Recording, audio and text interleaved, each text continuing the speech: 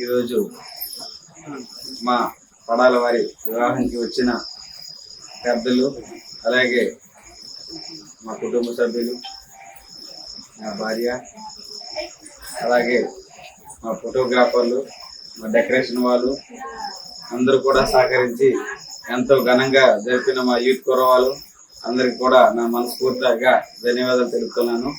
అలాగే మా కుటుంబం తరఫున కూడా ధన్యవాదాలు తెలిపి సక్సెస్ చేసినందుకు చాలా హ్యాపీగా నేను ఫీల్ అవుతాను.